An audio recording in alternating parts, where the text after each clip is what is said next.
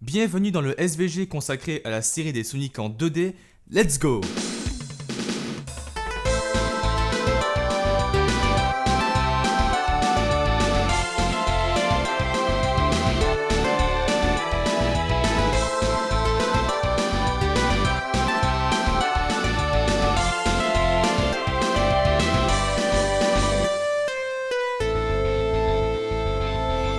Sonic the Hedgehog, ou Sonic le Hérisson en bon français, est une série de jeux bien évidemment éditée par Sega, développée par la Sonic Team, dont le premier épisode est sorti sur Mega Drive en 1991, puis adapté sur Master System et Game Gear, et puis bien plus tard sur Xbox Live Arcade et consorts. Je précise que je ne parlerai que des jeux principaux de la série et que j'évoquerai assez rapidement les jeux dérivés de cette licence.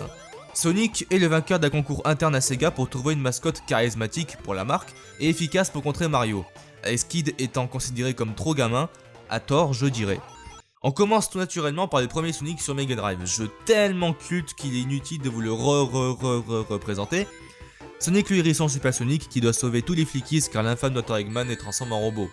Chaque niveau est divisé en 3 actes différents et leurs univers plutôt variés, comme la Marble Zone, la Spring Yard Zone, mon niveau préféré, mais aussi assez balèze la Starlight Zone et... enfin vous êtes censé les connaître. Si vous prenez le gros ring à la fin du niveau après avoir obtenu 50 rings, vous tombez sur le Special Stage pour obtenir les émeraudes. Ce Special Stage est... horrible. Bien que joli, il est extrêmement frustrant et on ne sait jamais où c'est qu'on en va atterrir. Bien souvent sur le stop d'ailleurs. Sonic the Hedgehog est également sorti sur la Master System, qui n'est pas abandonné par Sega, et aussi adapté sur la Game Gear. Bien qu'il porte le même nom, ce jeu n'est pas développé par la Sonic Team. Malgré cela, les développeurs ont pris le soin d'en faire un jeu assez différent de l'opus Mega Drive. Personnellement, je préfère sa version d'origine. Sonic the Hedgehog connut un succès monstre et devient un rival solide de Mario. Le personnage Sonic ainsi que ses amis aura droit à son adaptation dans 2 séries télévisées, Les Aventures de Sonic et Sonic Isali, surnommé Sonic Satam du fait de son horaire de diffusion. La popularité de Sonic monte en flèche et Sega renfloue les caisses. Au sein de Sega, c'est 2 jeux Sonic qui sont en préparation, Sonic 2 chez Sega of America et Sonic CD du côté de Sega Japon. Et c'est Sonic 2 le premier à sortir en 92. Je vais parler en premier de Sonic 2 sur 8 bits car il est sorti avant la version 16 bits. A l'instar de Sonic 1, l'opus est différent de ce qu'on connaît sur 16 bits, mais là la différence est carrément énorme car il n'a plus aucune ressemblance. C'est dans ce jeu que l'on voit Tails pour la première fois qui se fait capturer par le Dr. Eggman, comme le suppose la cinématique de début. Malgré le fait qu'il est sur 8 bits, cela fait plaisir de voir que le jeu est non seulement pas bâclé, mais en plus dispose de niveaux inédits vraiment intéressants. Je pense notamment à Sky High avec Sonic en deltaplane. Moins connu que son homologue 16 bits, c'est un jeu à découvrir car il vaut vraiment le détour. On passe tout de suite pour la version 16 bits qui est celle qui introduira le Spin Dash. Cette particularité permet à Sonic de rouler sur place et puis de filer à toute allure. Particularité qui sera gardée dans les jeux qui auront suivi celui-là et seront inclus dans les rééditions du premier opus 16 bits. C'est dans ce jeu que l'on retrouve Comico de Plante, l'un de mes niveaux préférés de Sonic où le hérisson bleu file à toute berzingue sur les tuyaux, tellement vite que le scrolling ne le suit même plus. Il y a aussi le nouveau Special Stage qui donne l'impression d'être en 3D. Comment ça c'est moche, c'était super beau à l'époque, et en plus de ça il est beaucoup moins frustrant que celui de Sonic 1. Une fois toutes les émeraudes acquises, c'est dans Sonic 2 qu'on voit pour la première fois Super Sonic, clin d'œil évident à Dragon Ball Z qui faisait fureur à l'époque. Il s'agit personnellement de mon opus 2D préféré, d'une part parce que j'y ai beaucoup plus joué que les autres, mais en plus de ça, le niveau du casino à lui seul me faisait adorer ce jeu, comme quoi un simple niveau peut tout changer. Sonic 2 est la digne suite du premier opus en rajoutant le Spin Dash et des nouveaux niveaux toujours plus inventifs. Avant de passer à Sonic 3, attaquons-nous sur l'un des Sonic les plus atypiques, je vais bien sûr parler de Sonic CD, sorti sur le Mega CD en 93. Sonic CD est l'un des jeux les plus ambitieux de la Sonic Team et ça se voit. Premier Sonic sorti sur support CD, c'est également le premier à avoir une cinématique d'intro. D'ailleurs, il est important de mentionner les différences de bande-son entre la version japonaise européenne et la version américaine. Et oui, les pauvres américains ont dû se farcir une bande-son complètement modifiée par Sega of America, mais sans trop dénaturer de l'offre originale, n'est-ce pas 4Kids? Reste que ce changement est incompréhensible à part pour perdre du temps ou juste une question d'exportation. C'est également le premier Sonic qui a une gestion du présent, du passé et du futur. Si l'on franchit un panneau, il faudra courir à toute vitesse pour changer le cours du temps, ce qui donne au jeu une mauvaise fin et une bonne fin à l'histoire. Développé en parallèle avec Sonic 2, cela explique pourquoi Tails n'est pas jouable dans cet opus. Et cela explique également pourquoi le Spin Dash est bien différent de ce que l'on connaît. Le support CD est mis à contribution par la qualité des musiques qui serait impossible à reproduire sur un jeu cartouche et par des bruitages de très bonne qualité. Comment ne pas parler de Sonic CD sans évoquer le charismatique Metal Sonic, principale nouveauté du jeu. Pure invention et contrôlé par Dr Eggman, il a été envoyé dans le passé pour que, dans le futur, Eggman puisse enfin avoir un avenir moins funeste pour lui. On peut voir également Metal Sonic qui kidnappe Amy sous les yeux de Sonic, car oui, c'est dans Sonic CD que l'on voit pour la première fois ce personnage ma foi fort sympathique. Au final, le Sonic CD est un atout non négligeable du Mega CD. Beau tout en étant rapide et avec plein de nouveautés, il arrive pleinement à convaincre l'achat de ce support, bien qu'extrêmement cher à l'époque. Quelques mois avant Sonic 3, un jeu Sonic est sorti sur 8 bits, il s'agit de Sonic Chaos, ou Sonic et Tails au Japon. Premier Sonic complètement inédit sur 8 bits, il permet de contrôler Tails dès le démarrage du jeu. Concernant le jeu en lui-même, il n'y a pas grand chose à se mettre sous la dent, hein. On voit juste que quand Sonic prend les super chaussures, il dispose d'une fusée permettant de beaucoup avancer dans le niveau. De plus, dès que l'on a 100 anneaux, un bonus stage se déclenche où on doit prendre le plus d'anneaux possible pour avoir l'émeraude. À essayer sans plus. Le public attend avec impatience ce troisième opus qui est tellement ambitieux qu'il a fallu faire quelques modifications. En effet, il était prévu que Sonic 3 et Sonic & Knuckles devaient être un seul et unique jeu, mais en raison de contraintes de temps et de coûts qu'engendrait une grosse cartouche de 34 mégabits, il a été décidé de couper le jeu en deux afin de sortir le jeu à temps sans peur qu'il soit inachevé et cela divisera les coûts de production. Donc, après la défaite d'Eggman, sa grosse machine de Sonic 2, le Death Egg, s'est écrasée sur l'île flottante qu'il essaie de réparer. Persuadé que seuls les émeraudes du chaos peuvent le remettre en marche, il va berner Knuckles, le gardien de l'émeraude mère, en le persuadant que Sonic et Tails sont ses véritables ennemis. Sonic, arrivant sur l'île, se fait voler toutes ses émeraudes par Knuckles, le nouveau personnage emblématique de cet opus, et c'est parti pour toutes les rechercher. Concernant les niveaux, ils sont plus longs que les précédents opus et sont surtout bien plus beaux et exploitent le plus possible les capacités de la Mega Drive. Le jeu est beau, ça ne fait aucun doute, et il y a même le retour de la simili 3D avec le Special Stage, vraisemblablement sponsorisé par Amiga. C'est dans ce Sonic où l'on a des nouveaux power-up comme des boucliers de feu et des boucliers d'eau, et ce ne sont d'ailleurs pas les seuls. C'est d'ailleurs dans ce jeu qu'il y a une distinction entre les Special Stages, accessibles en trouvant le gros anneau dans les niveaux, et les bonus stages, accessibles en sautant sur le cercle d'étoiles au-dessus du checkpoint, en possédant au moins 50 anneaux, comme dans Sonic 2. Et c'est également ce jeu qui a inauguré le système de sauvegarde dans les jeux Sonic, pratique pour Sonic 3 et extrêmement pratique pour Sonic 3 et Knuckles. Au final, le Sonic 3 est une excellente suite à Sonic 2 et il exploite encore plus le potentiel de Sonic et de ses amis. Mais sa construction est telle qu'il est impossible de parler de ce jeu sans évoquer Sonic et Knuckles. Donc nous voici dans Sonic et Knuckles. À première vue, on dirait que l'on est face à un Sonic 3 avec des niveaux en plus. Normal, hein, vu que le jeu devait tenir sur une seule et même cartouche à la base. Mais il y a quand même des nouveautés dont la plus marquante est le fait que l'on puisse contrôler Knuckles, qui certes saute moins haut mais peut planer et escalader les murs.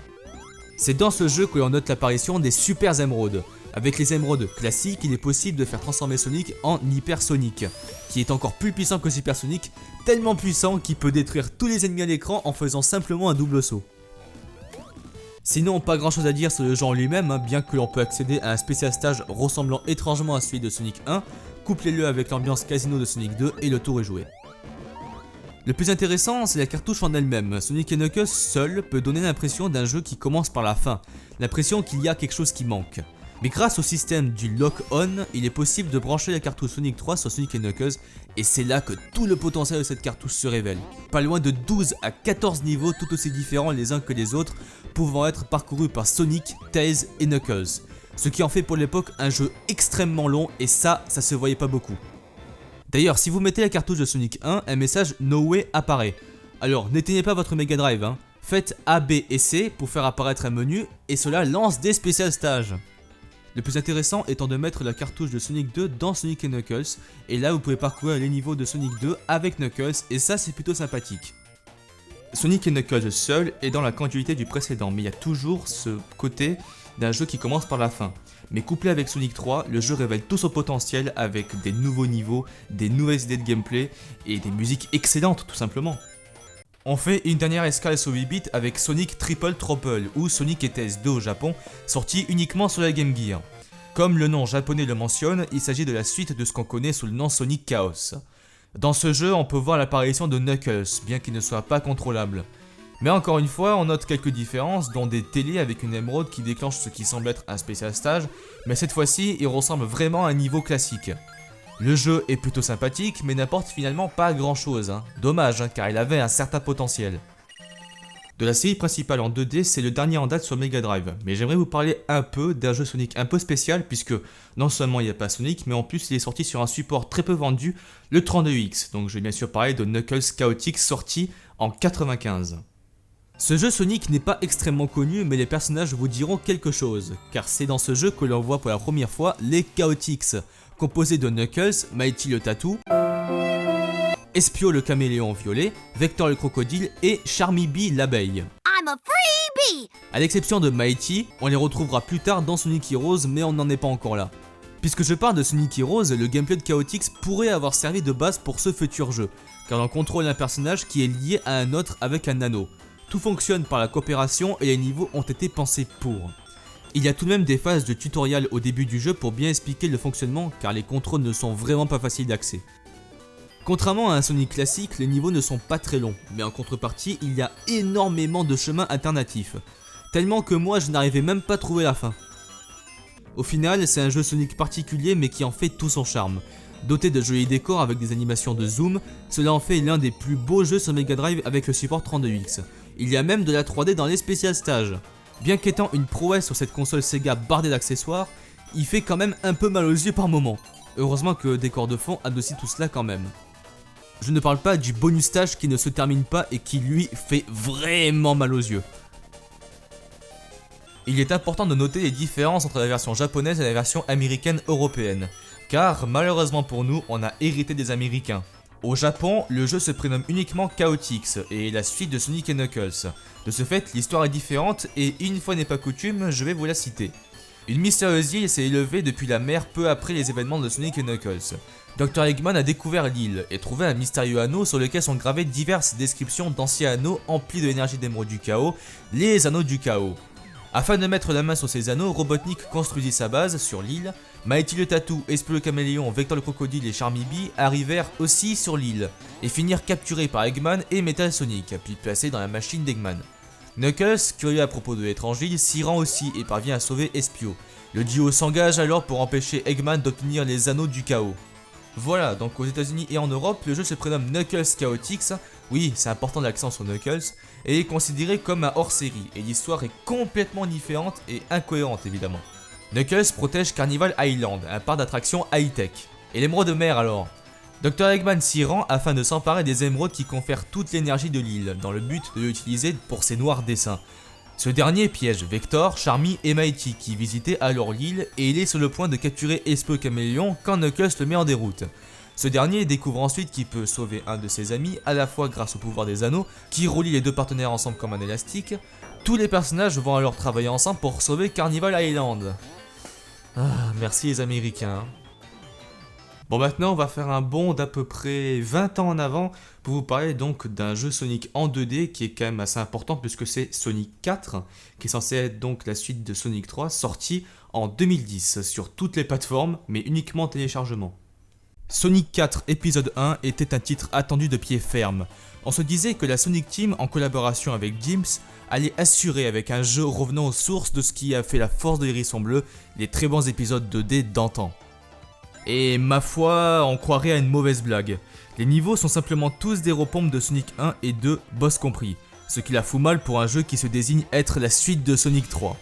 De plus, pas de Tails, pas de multijoueur et seulement 4 zones pour 3 actes, de quoi boucler rapidement le jeu. Les seules nouveautés sont le spécial stage, bien que très ressemblant à celui de Sonic 1, les briques sont désormais contrôlables avec le stick, alors qu'auparavant ils tournaient tout seuls. Et la présence du Omega Attack, ma foi discutable. Bien qu'il puisse servir, il est à la base pensé pour un jeu Sonic en 3D pour faciliter la progression. L'inclure dans un jeu 2D rentre en contradiction avec cela, d'autant plus qu'avant, on ne souhaitait pas un truc du genre.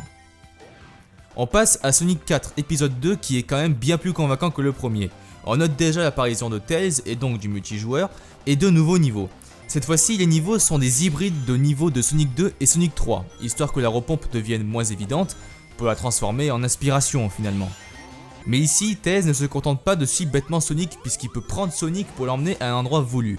Plutôt sympa, bien qu'évident comme idée. Et le spécial stage est celui de Sonic 2 avec quelques améliorations. Pas grand chose à dire, il est sympa et mieux que le premier à mon goût. Sonic 4 épisode 2 réitère le concept du lock-on instauré dans Sonic & Knuckles. Mais à moitié seulement, parce que si vous avez déjà l'épisode 1, vous pouvez refaire tous les niveaux de ce dernier avec Metal Sonic. De quoi faire penser à Knuckles dans Sonic 2. Voilà, nous arrivons au terme de ce SVG. Alors que dire de cette série qui n'a pas arrêté de progresser? Eh bien voilà, il y a apparemment eu de haut et de bas, hein, même si c'est que la série principale. Mais voilà, tout ça, ça a permis de construire une réputation très solide pour être un rival de Mario. Mais après, la 3D est arrivée. Mais ça, j'en parlerai dans un prochain SVG, puisque ce SVG se termine. Merci d'avoir suivi. Et donc, je vous retrouve prochainement pour la série des Sonic en 3D. Sur ce, je vous dis ciao.